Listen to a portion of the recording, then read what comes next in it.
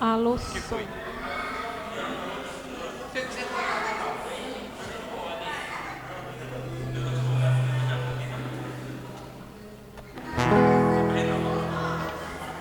Oi, vai mexer. Ele vai mexer. Ei.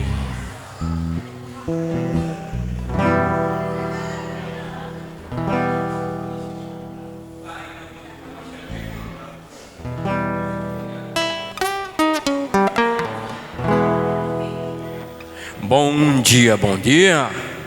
Sejamos todos bem-vindos. Vamos adorar o nosso Deus.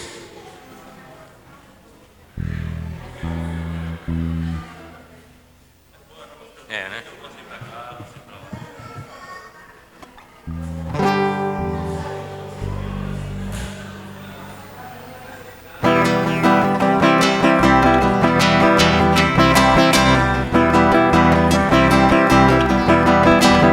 Pai, queremos te louvar e também o adorar, ó Deus que nos deu a salvação. Pai, queremos te louvar e também o adorar, ó Deus que transforma o coração. Viver se torna em vão, distante do Senhor. O pecado nos engana e não notamos seu amor. O caminho da perdição traz dor e ilusão. Como é bom andar contigo, ó Criador. Deu-nos nova chance ao nos aceitar. Acolheu-nos em teus braços pra nos consolar. Perdoou nossos pecados, nos mantém aos seus cuidados. Quanta honra tu mereces, ó Senhor.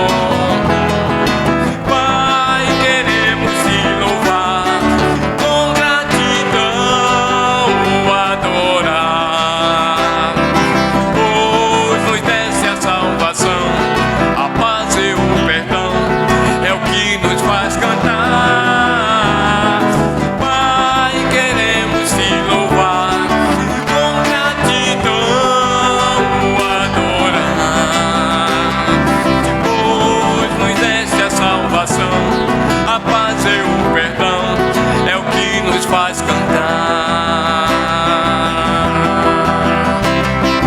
Deu-nos nova chance ao nos aceitar. Acolheu-nos em teus braços pra nos consolar. Perdoou nossos pecados, nos mantém aos seus cuidados. Quanta honra tu mereces, ó Senhor.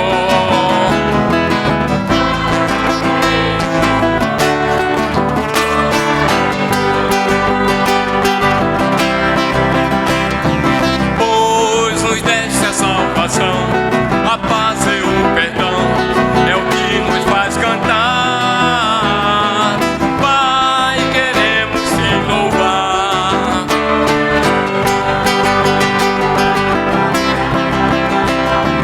Pois nos deste a salvação.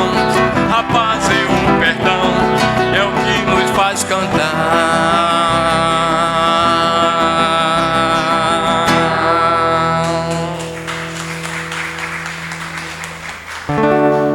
Escuta, Senhor, minha oração.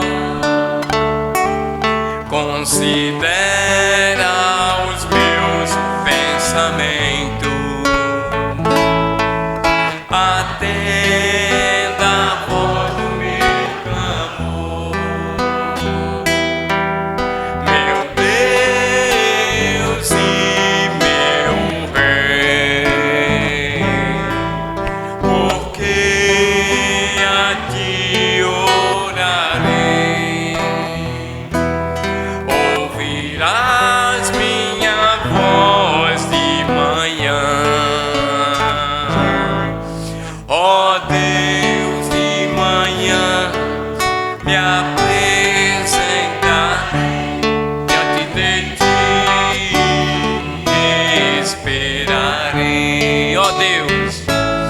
Ó Deus, de manhã me apresentarei diante de ti, esperarei. Escuta, Senhor, minha oração, considera os meus pensamentos.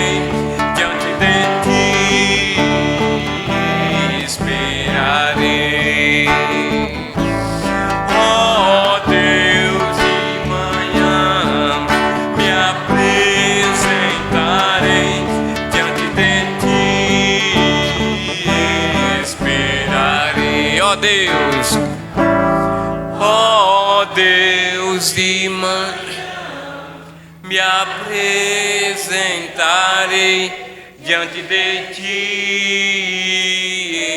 esperarei.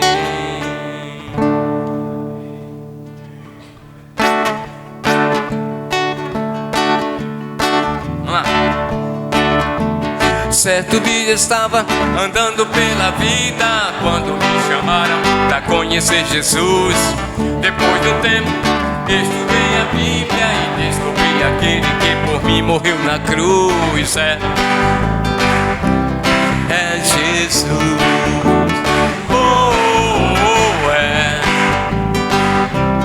É Jesus. O tempo passou e Deus me deu convicção. Me rendi a Cristo, me entreguei em sua mão.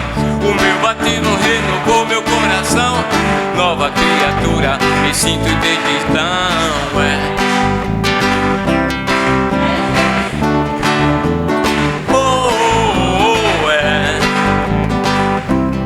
É Jesus. Tenho caminhado sempre ao lado dele, compartilhando esse amor verdadeiro. Na caminhada quero ir até o fim, pois sei que Jesus Cristo fez o mesmo por mim. É Jesus.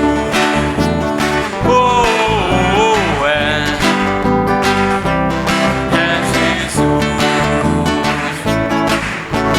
Finalmente, amigo, tudo que for justo, tudo que for fruto do Espírito de Deus, o que for nobre e o que for honesto, pense nessas coisas e se alegre.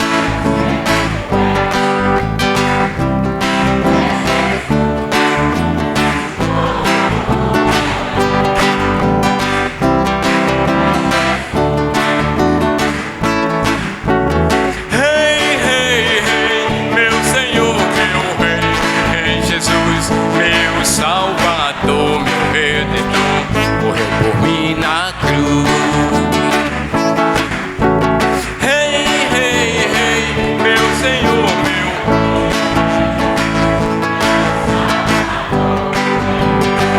morreu por mim na cruz. Podemos sentar. Vamos cantar a canção da ceia, todos nós podemos ficar, todo mundo, viu?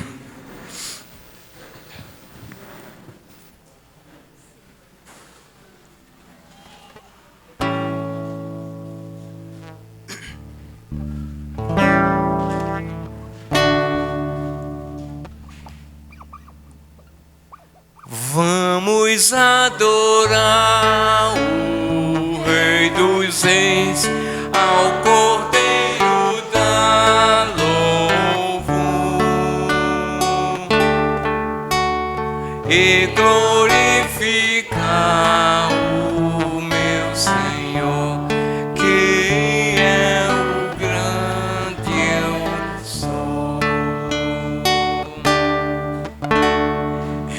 Reina em majestade o Senhor, no seu trono vou louvar. Só a Cristo hoje celebrar, sua justiça sim adorar. É Senhor do céu, Senhor do mar, é Senhor de todo o ser, de todo o universo é Senhor, damos toda a glória ao Rei.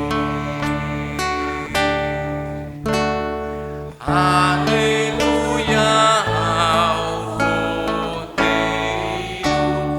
ao Rei dos Reis louvor.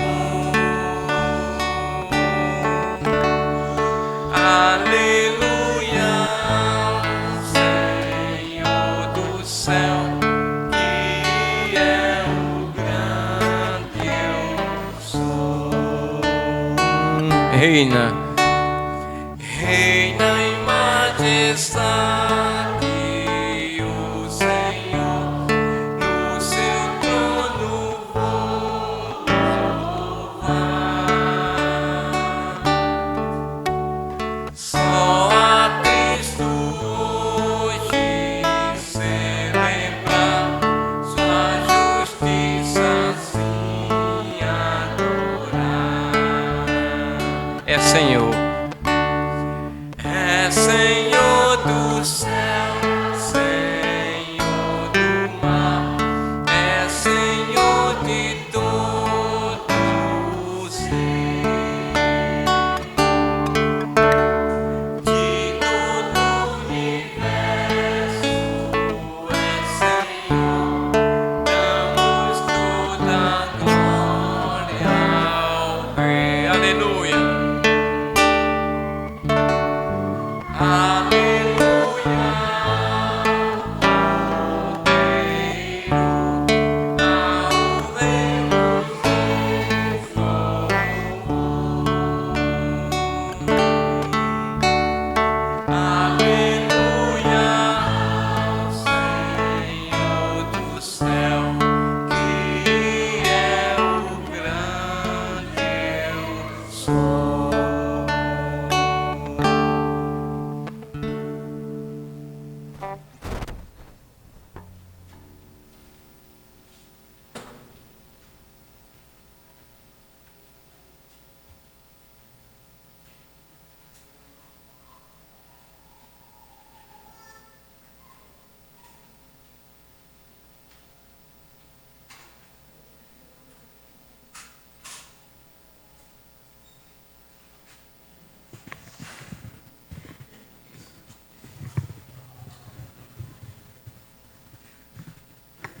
Bom dia.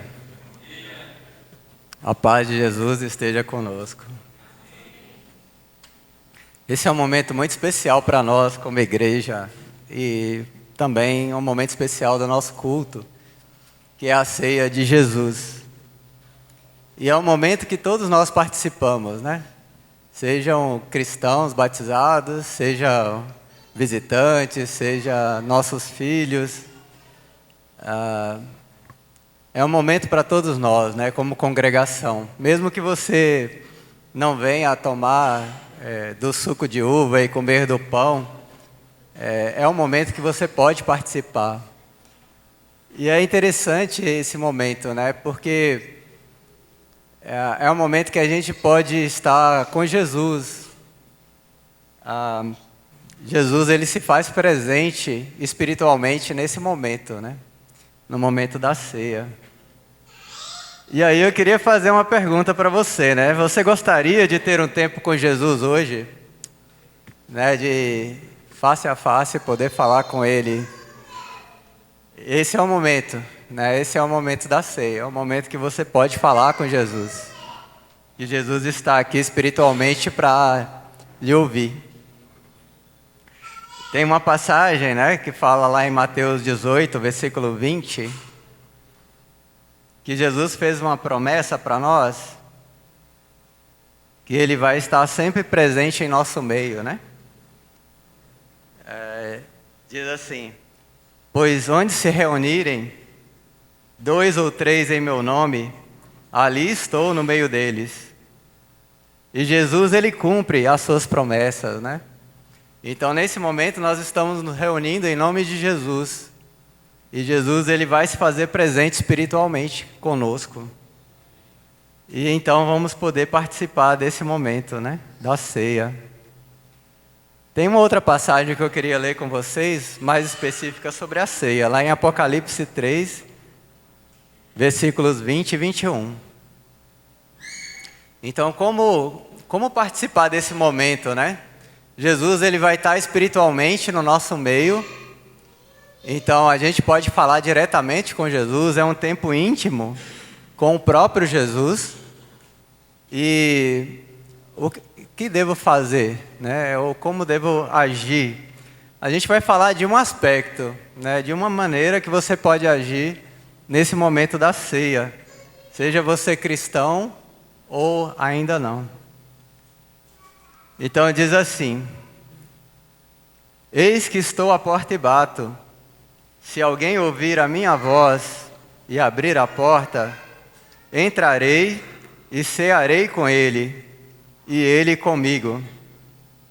Ao vencedor darei o direito de sentar-se comigo em meu trono, assim como eu também venci e sentei-me com meu Pai em seu trono.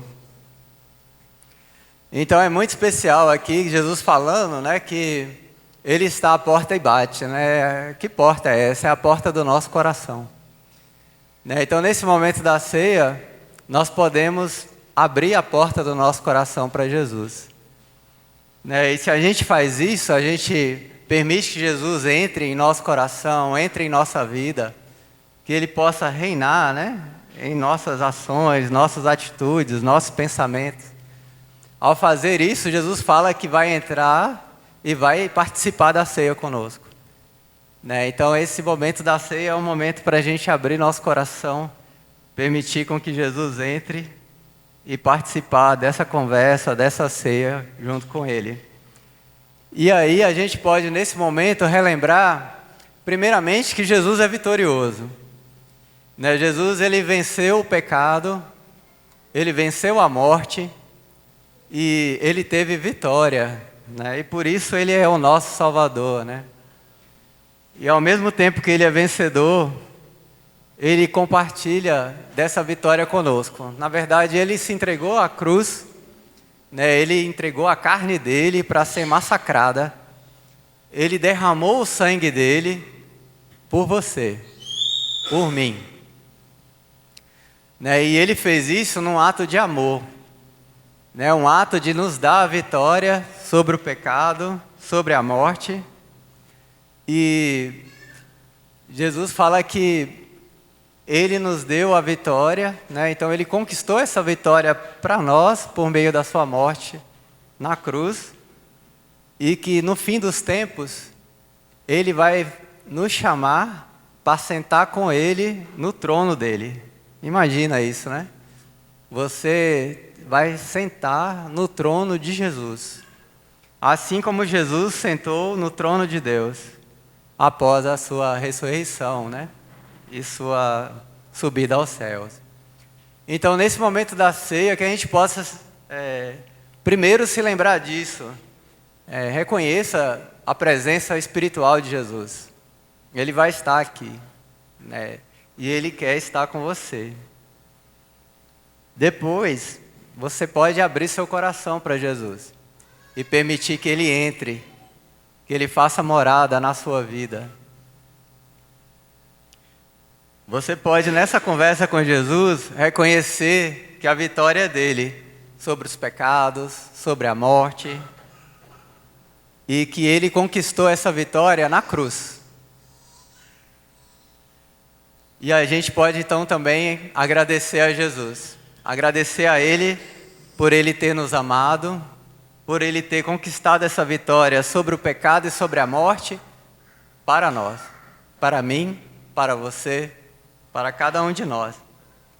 E Ele então, entregando o corpo dele para ser massacrado e derramando o sangue dele, Ele estava conquistando para nós a salvação, a vitória com Deus,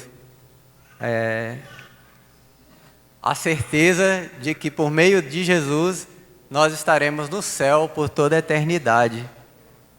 Então vamos orar para dar início a esse momento especial.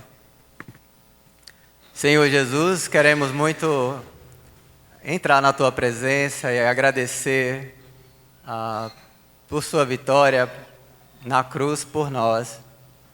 Queremos muito agradecer pelo Seu amor incondicional a cada um de nós.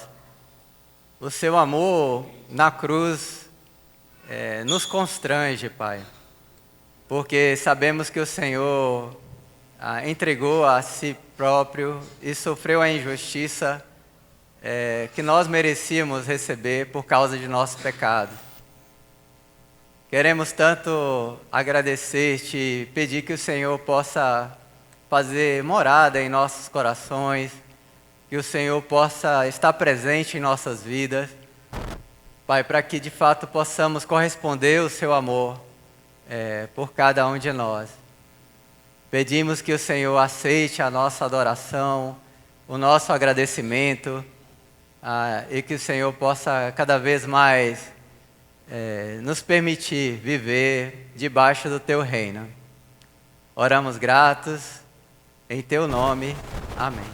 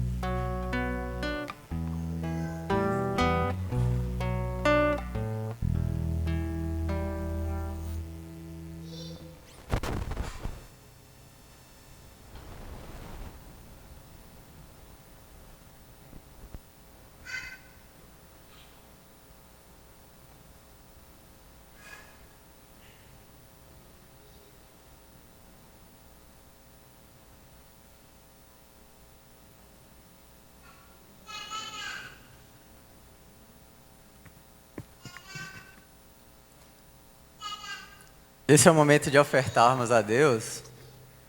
É o momento da gente adorar a Deus, devolvendo parte do dinheiro que Deus nos concedeu. E é um momento da gente exercitar, colocar Deus como a nossa prioridade, o nosso tesouro. O nosso tesouro espiritual, né? Acima de qualquer bem material, acima do dinheiro, de qualquer quantia financeira ou bem que a gente possa acumular nesse mundo. Então quero ler com vocês uma passagem lá em Mateus 6, do 19 ao 21, que fala um pouco sobre esse processo da gente colocar o nosso coração em Deus, né? Nas coisas de Deus. Então diz assim: não acumulem para vocês tesouros na terra, onde a traça e a ferrugem destroem, e onde os ladrões arrombam e furtam. Mas acumulem para vocês tesouros nos céus, onde a traça e a ferrugem não destroem, e onde os ladrões não arrombam nem furtam. Pois onde estiver o seu coração, aí também... Pois onde estiver o seu coração, aí também estará... onde estiver o seu tesouro, aí também estará o seu coração. Então essa passagem é muito interessante porque Jesus fala de uma verdade espiritual, né? A gente pode acumular coisas nessa vida, né? Aqui nesse mundo, ou a gente pode acumular coisas nos céus com Deus. A oferta é um momento em que a gente exerce esse princípio, né? Então, ao ofertarmos, a gente está se desprendendo, né, de parte daquilo que Deus nos deu, reconhecendo primeiramente que Deus é quem supre as nossas necessidades, que nos supre financeiramente, né? Então tudo que temos é de Deus, é Deus quem nos deu. Então somos administradores daquilo que Deus nos deu. Então, no momento da oferta, a gente está pegando parte daquilo que Deus nos deu e devolvendo para Deus, em forma de gratidão, né? Em forma de adoração a Deus. E ao fazer isso, a gente mostra que está cumprindo esse princípio, né? Esse princípio de que, olha, Deus, o meu tesouro está no Senhor, né? O meu tesouro está nos céus. Então esse dinheiro que o Senhor me deu, eu te devolvo parte, porque o Senhor é o meu verdadeiro tesouro, né? O meu verdadeiro tesouro espiritual. E ao ofertarmos também estamos acumulando tesouros nos céus, acumulando tesouros com Deus, né? Então vamos orar para que Deus aceite nossas ofertas nesse momento, né? Então oremos. Senhor Deus Pai, Criador do céu e da terra, Deus Todo-Poderoso, obrigado, Senhor, por podermos ter as nossas necessidades supridas. Reconhecemos que tudo que temos vem do Senhor, inclusive o dinheiro, Pai. Queremos tanto nesse momento exercer esse princípio de colocar o nosso coração em Ti, de colocar o nosso coração nas coisas dos céus, e por meio da oferta queremos acumular, Pai, contigo tesouros nos céus. Pedimos, Pai, que o Senhor possa aceitar nossas ofertas, que elas sejam agradáveis ao Senhor. Pai, que elas possam ser úteis no cumprimento dos propósitos do Senhor, para com a nossa igreja, para com a nossa vida, para com a vida de nossos amigos e das pessoas que vão conhecer o Senhor por meio da Tua palavra, por meio da Tua igreja. Fica conosco nesse momento, te adoramos e agradecemos em nome do Seu Filho Jesus. Amém.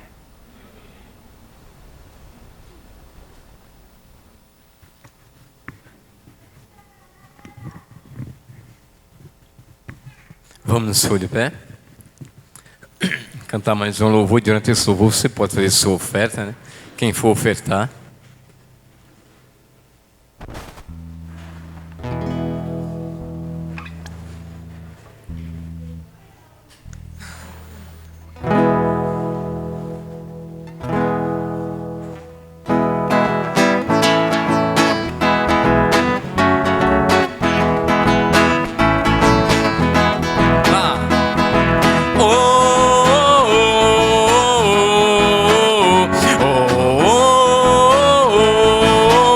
o deserto florescerá, a terra seca fecundará, e quem chorava se alegrará, e o que era morto viverá no dia em que o Senhor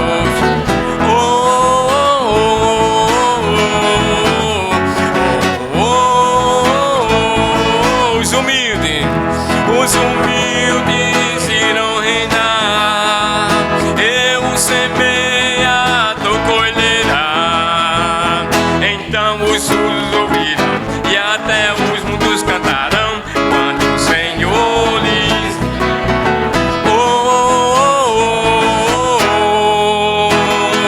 Meu Deus, tu tens o poder que transforma nosso ser, que um deserto seco e estéril faz surgir verdes mais belos.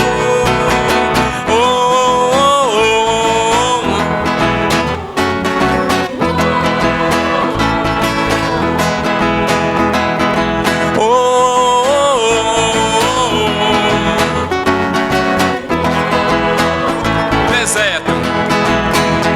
O deserto florescerá, a terra seca fecundará, e quem chorava se alegrará, e o que era morto viverá no dia em que o Senhor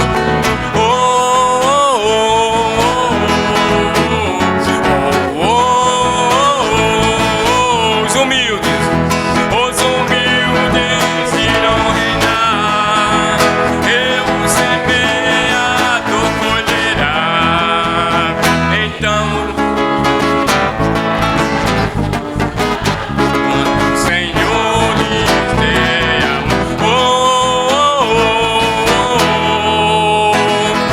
Meu Deus, tu tens o poder que transforma nosso ser, que um deserto seco e estéril faz surgir verdes mais belos.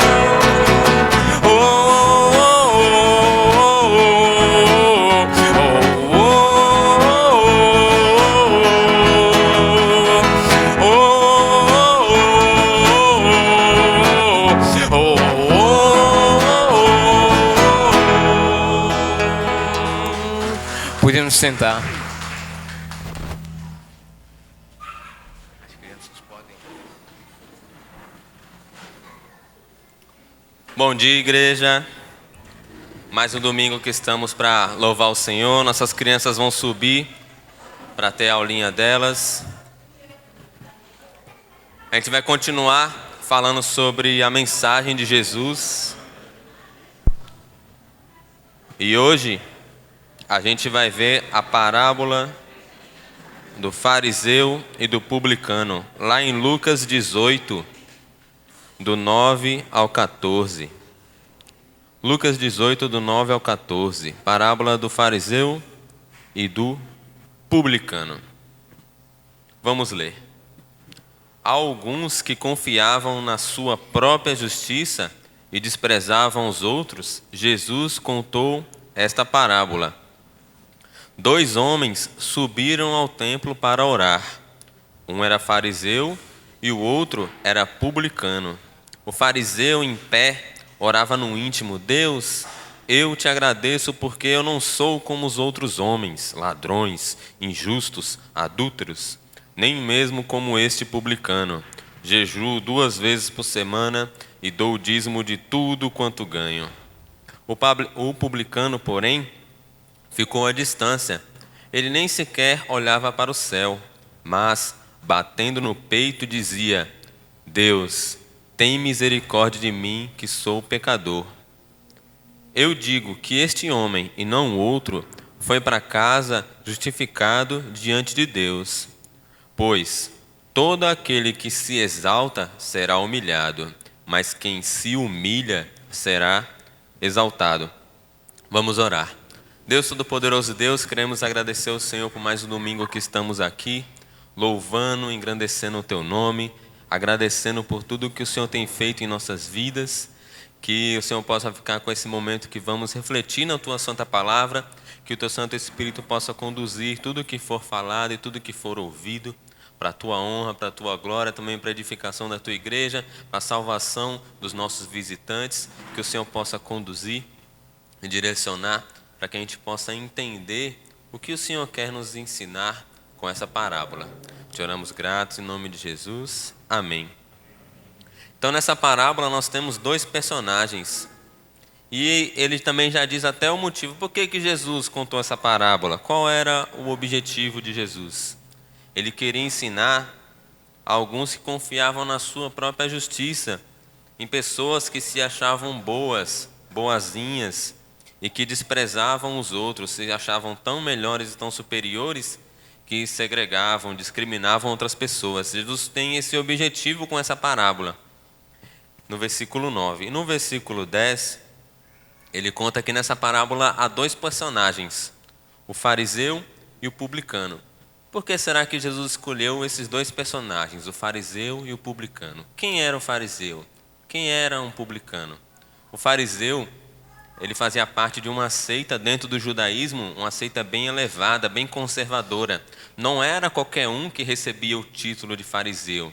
Esse homem que se candidatava a esse título, ele tinha que estudar, fazer uma série de cursos, passar por um tipo de sabatina. Era um cargo elevado, era bem visto pelo povo como um homem de Deus.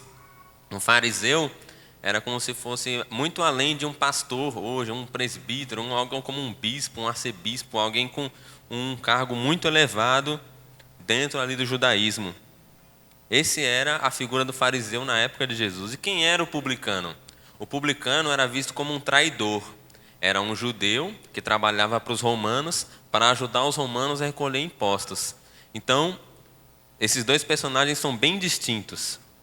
Um é bem visto como um alto cargo religioso e o outro é mal visto, rejeitado e como um traidor e até hostilizado pela população. Não era bem visto. Então, são duas figuras bem distintas. E o que os dois têm de comum? Os dois sobem até o templo de Jerusalém para orar. Os dois vão buscar a Deus quase que simultaneamente na parábola de Jesus. Eles sobem juntos e o templo ficava numa parte alta. Aí ele vai contar sobre como o fariseu foi orar. Qual foi a oração do fariseu? Qual foi a postura? Aí ele vai dizendo no versículo 11. O fariseu em pé orava no íntimo. Deus, eu te agradeço porque eu não sou como os outros homens, ladrões, injustos, adúlteros, nem mesmo como esse publicano. Então, o fariseu, ele se vangloria, ele se gloria de coisas vãs. Deus, obrigado porque eu não sou. Ele agradece a Deus se comparando com outros. Eu não sou como os outros homens, eu sou superior, eu sou acima, eu não sou ladrão, eu não sou injusto, eu não sou adúltero, nem mesmo com esse publicano sarnento que está aqui do meu lado, esse traidor. Ele ora de uma forma muito soberba, com muita comparação, se comparando com os outros, e eu não sou isso. Ele se põe, ele se exalta. Por isso que Jesus lá no final diz: quem se exalta será humilhado. Então aqui ele está se exaltando, ele se exalta diante de Deus. Parece que ele não está orando nem para Deus, parece que ele está orando para si mesmo. Ele está dizendo, obrigado porque eu sou bom. É como se ele estivesse fazendo isso. Ele não está orando para Deus, ele está dizendo, eu não sou assim, que bom. Aí ele, no versículo 12, ele diz ele justifica porque ele é bom. Eu jejuo 2 vezes por semana e dou o dízimo de tudo o que ganho. Ele se baseia a justiça nele nisso. Ele se amarra nisso, no bem que ele faz. E isso ele se considera santo. Mas o publicano é diferente. O fariseu ele se exalta, mas o publicano ele se humilha, ele se rebaixa.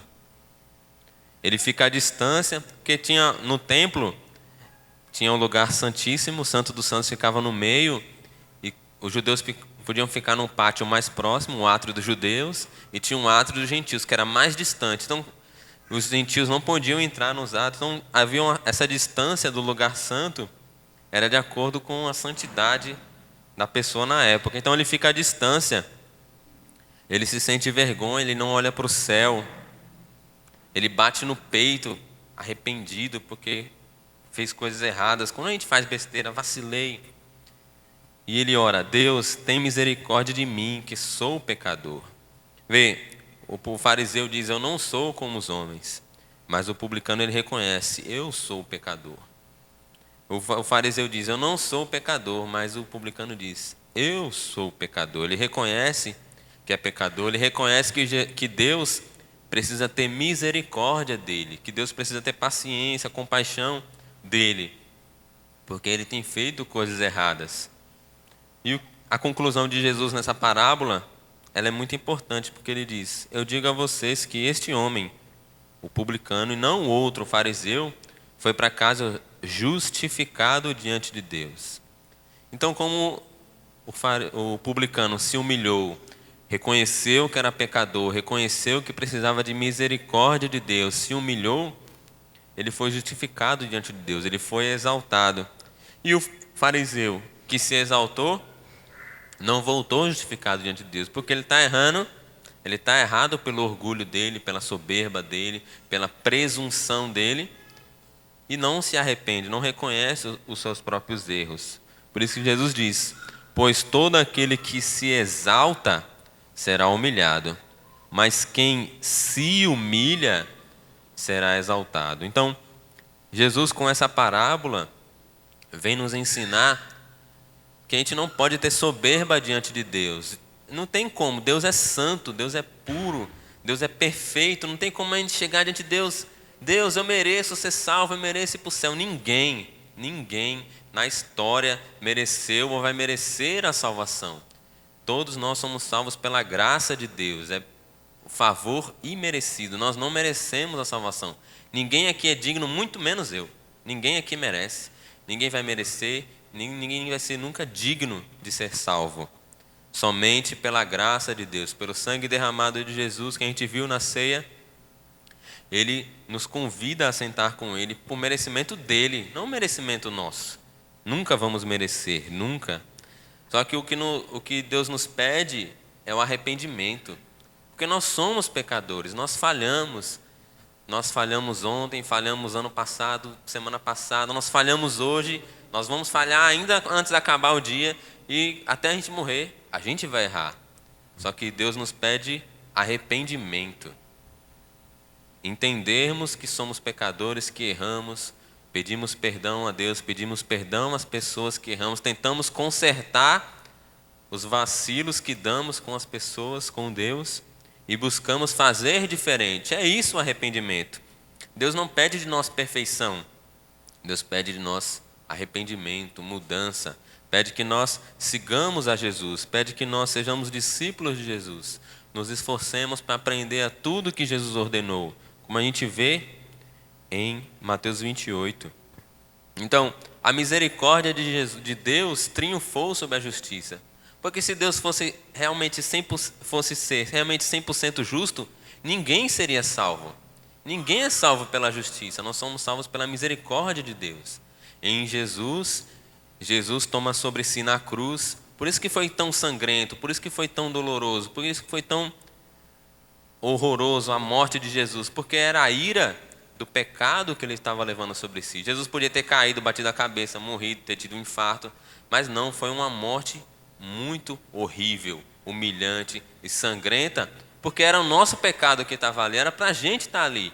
E quando a gente reconhece essa cruz, reconhece o amor de Jesus estampado na cruz, o sangue derramado que nos limpa, nós realmente temos consciência: eu preciso me arrepender, eu preciso mudar, eu preciso fazer com que Deus me transforme, que Deus tenha misericórdia de mim. Então, assim a gente é considerado justo. E aqui Jesus está contando essa parábola no contexto antes dele morrer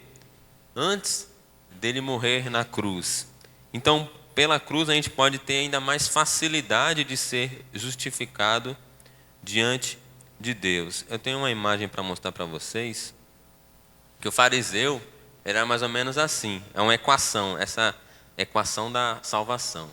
As pessoas pensam que é assim: eu tenho meus acertos e os meus pecados. Então, se eu pecar menos e errar mais, se for maior que zero, é salvação.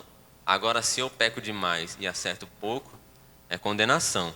Isso é o senso comum, a gente acha que a equação é essa. Depois eu mando no grupo, Karina. A gente acha que a equação é essa, se eu acertar bastante, eu errei. Não, então eu vou agora ter que acertar muito para compensar aquele erro que eu tomei. A gente acha que é isso, esse é o senso comum. Só que a realidade não é essa, isso aqui não é verdadeiro. A realidade é essa, não é uma subtração, é uma multiplicação. Os pecados, eles contaminam nossos acertos. Quando a gente erra, lá no Jardim do Éden, foi quantos pecados que Adão e Eva cometeram? Um só. Só tinha uma regra, não comer do fruto do conhecimento do bem e do mal. Quando vocês comerem, certamente vocês morrerão. Quando eles comeram, trouxe condenação sobre eles. Então é um pecado só, a gente é condenado. Essa é a realidade, o pecado contamina. Você está fazendo um omelete lá, está vindo uma visita, você vai começar a quebrar ovo, você quebrou 5 ovos. Aí no sexto, o sexto está podre e caiu lá dentro, já era. Apodreceu tudo, você não vai poder usar. A mesma coisa, a gente pode acertar. Quando vem o pecado, estraga tudo. Isso é sem Jesus, isso é a realidade sem Jesus. Qual é a realidade com Jesus? Tudo isso é elevado a Jesus, a exponencial de Jesus, a potencialização de Jesus. Jesus limpa, perdoa os nossos pecados e Jesus purifica os nossos acertos. Com isso, nós podemos ter salvação. Sem Jesus não há salvação, não há nenhum outro nome nos céus e na terra no qual a gente pode clamar: Deus me perdoa. Somente pelo nome de Jesus. Somente pelo nome de Jesus. Abra as suas Bíblias em Isaías 64, versículo 6, que a gente vai ver que os nossos pecados, os nossos acertos não valem nada. Isaías 64, versículo 6. Isaías 64, versículo 6. Somos como o impuro, todos nós. Todos nossos atos de justiça são como trapo imundo. Murchamos como a folha e como o vento. As iniquidades de todos nós arrastam-nos para longe. Então essa é a realidade lá que o pecado multiplica com os nossos atos de justiça. Os nossos atos de justiça não valem nada. Se a gente for contar com a nossa justiça própria, não vale de nada, é trapo imundo. Mas se tudo isso foi elevado a Jesus, lá em Efésios 2, carta de Paulo à igreja de Éfeso, capítulo 2, versículo 8 e versículo 9. Pois pela graça vocês são salvos por meio da fé. Isso não vem de vocês, é dom de Deus, não por obras, para que ninguém se glorie. Então ninguém pode se gloriar, não é por obras, é pela fé. Fé em Jesus, fé que Jesus é o Filho de Deus, que veio ao mundo, nasceu, viveu, morreu na cruz, ao terceiro dia foi ressuscitado e está à direita de Deus, intercede por nós. É essa fé que nos salva, não por obras, não é suas obras que te salvam, é a sua fé. Ninguém pode se gloriar. Então o que Deus pede de nós, quando a gente falha, é o arrependimento. Tanto você que é cristão, você que não é, Deus nos chama sempre a nos arrepender dos nossos pecados. E tem um salmo que me ajuda muito nessa questão de arrependimento, quando eu falho, quando eu erro, que é todo dia. Salmo 51, versículo 1. Aqui esse salmo foi escrito por Davi quando ele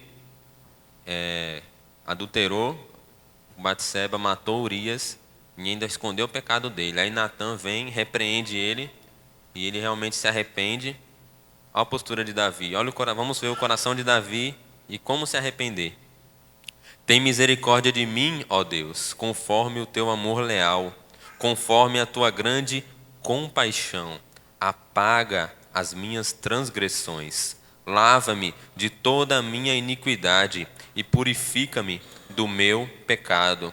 Pois eu mesmo reconheço as minhas transgressões e o meu pecado está sempre diante de mim. Contra ti, somente contra ti pequei e fiz o que era mal aos teus olhos, de modo que é justa a tua sentença e irrepreensível é o teu julgamento. pois sou pecador desde que nasci, sim, desde que minha mãe me concebeu. Sei que tens prazer na fidelidade em secreto, e no mais íntimo me ensinas a sabedoria. Purifica-me com esopo, e ficarei puro. Lava-me, e mais branco do que a neve serei.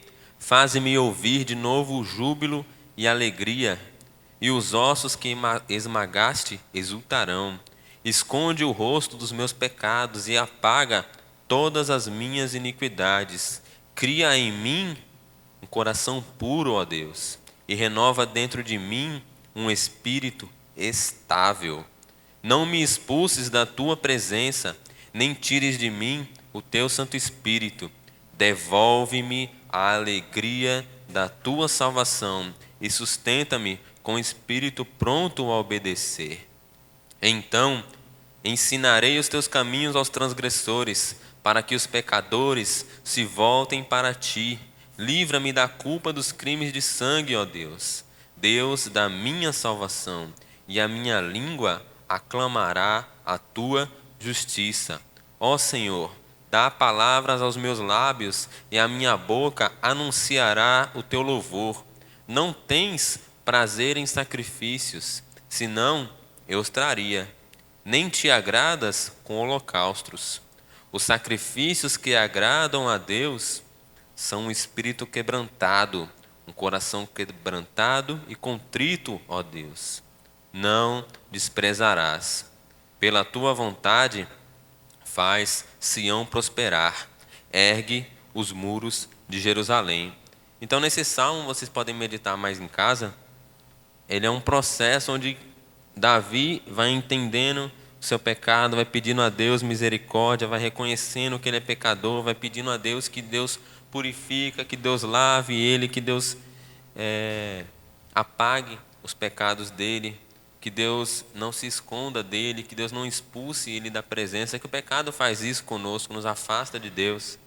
Mas Davi pede que haja essa reconciliação, que Deus devolva a alegria da salvação, que Deus sustente ele, que Deus ensine ele, que Deus livre ele da culpa, que Deus ensine ele a aclamar a justiça, que Deus dê palavras a ele para ele anunciar.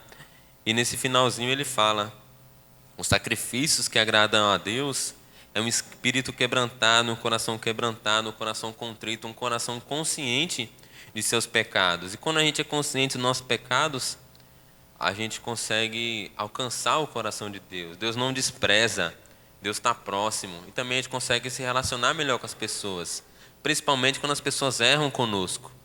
Pois é tão pequeno o erro que os outros cometem conosco, comparado com o erro que a gente comete com Deus.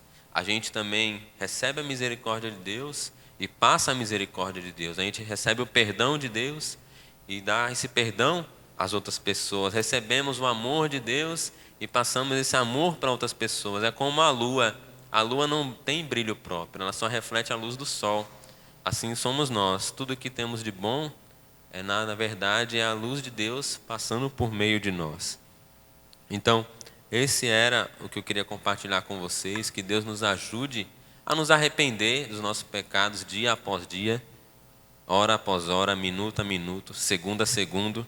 Independente da sua frequência de pecado, Deus te chama ao arrependimento, a uma vida nova em Jesus. Independente se você é cristão ou não, a gente deve se arrepender dos nossos pecados.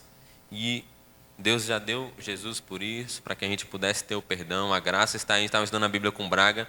Então, Jesus morreu por nós antes da gente nascer. O preço já foi pago. Já está ali, você pode usar ou não usar. O perdão está disponível, a porta da graça está aberta. É como se tivesse um banquete lá fora, já está pago, está tudo certo. No melhor restaurante que você quiser. Vai lá, é só ir comer. É só ir lá e tomar posse. Então, que a gente possa tomar posse da graça de Deus, se arrepender e ter uma vida transformada por Ele. Vamos orar. Deus Todo-Poderoso, Deus, queremos louvar o Teu nome, pois o Senhor é esse Deus bondoso, misericordioso, cheio de amor, cheio de poder, cheio de justiça, e enviou Jesus a esse mundo para que a gente pudesse ter esse acesso ao Senhor, o perdão dos pecados, a graça do Senhor, um amor tão extravagante que o Senhor demonstra por meio de Jesus, culminando na cruz, a morte dele e a ressurreição, nos mostra que devemos nos arrepender dos nossos pecados. Nos ajuda, Senhor, a reconhecer os nossos pecados, a pedir perdão ao Senhor e às pessoas com qual erramos, a consertar os nossos erros, as nossas falhas. Transforma o nosso ser, Deus, que o Senhor possa fazer esse processo em nós, pois não é natural nosso. A nossa natureza humana não nos leva ao arrependimento. Pode nos levar ao remorso, onde a gente se afunda na depressão por estar pecando, ou a gente se afunda na libertinagem, já que a gente está errado, vamos errar. Mas somente o Espírito Santo do Senhor, o agir do Senhor em nossas vidas nos conduz ao arrependimento, à mudança de vida, à transformação. Que o Senhor continue fazendo isso em nossas vidas, faça isso na vida dos nossos visitantes, que o Senhor nos use como instrumentos do Senhor nesse mundo de trevas, para levar a Tua luz, para levar a Tua justiça, a Tua salvação, essa boa notícia que o Senhor quer perdoar os nossos pecados, que o Senhor nos ama, que o Senhor pagou um preço muito alto para nos dar o perdão, para nos adotar como filhos, para nos libertar da escravidão do pecado, para transformar a nossa vida, para nos levar para o céu, para a Nova Jerusalém, para passarmos a eternidade com o Senhor, onde não haverá mais choro, nem doenças, nem morte. Vamos ver ao Senhor com os nossos olhos, vamos poder se relacionar com o Senhor como Adão e Eva se relacionavam com o Senhor no Jardim do Éden, antes da queda, antes do pecado. Que o Senhor possa perdoar os nossos pecados, as nossas falhas, nos transforme, nos ajude a nos arrepender, e que tudo isso não seja para que a gente se glorie, para que a gente se ache melhor do que os outros, mas tudo isso seja para a honra e glória do Senhor. Oramos gratos em nome de Jesus. Amém.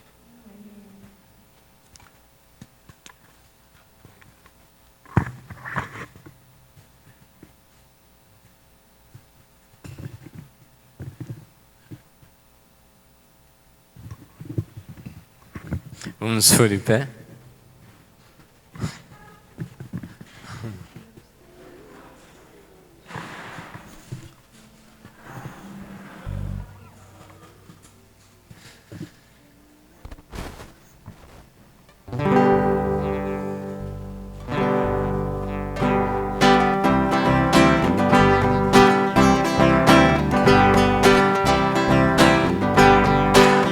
Eu estarei com os olhos fixos em Jesus. Não esquecerei o que Ele fez por mim na cruz. Ele é a luz que a escuridão nunca consegue apagar. Unido a Cristo a vitória virá. Como de alguém conserva pura sua vida. É só manter os olhos firmes no Senhor. Ele renova o coração e assim nos leva à salvação. Unido a Cristo a vitória virá. Que todos vejam que é santo, ó Senhor.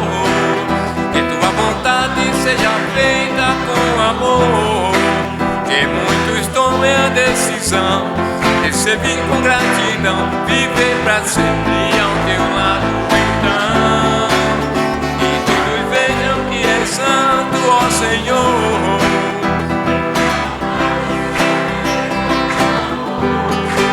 Que muitos tomem a decisão de servir com gratidão, viver pra sempre ao teu lado então. Eu estarei com os olhos fixos em Jesus. Eu estarei com os olhos fixos em Jesus.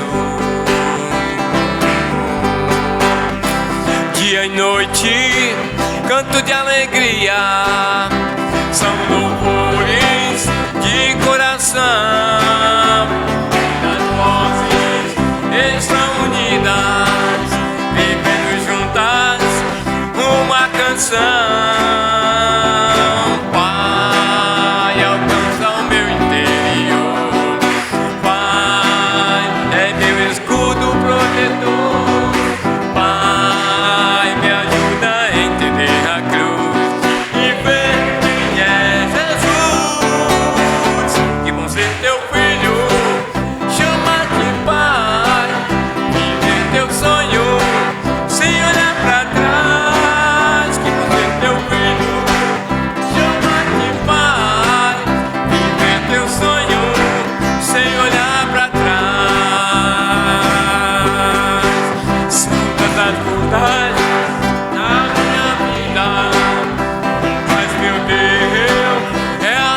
ilusão, não temerei um só minuto.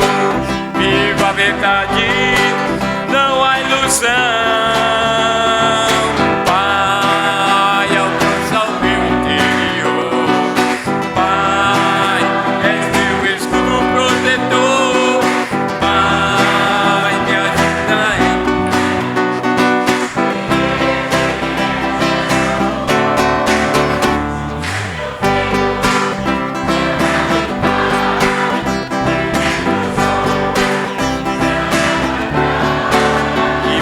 teu filho, chama de pai, viver teu sonho sem olhar pra trás.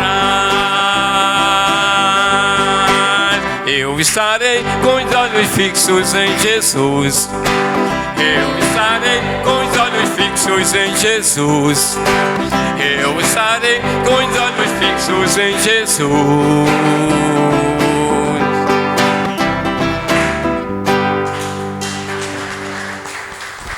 Nosso culto está encerrado, então tenha um ótimo convívio e um bom domingo.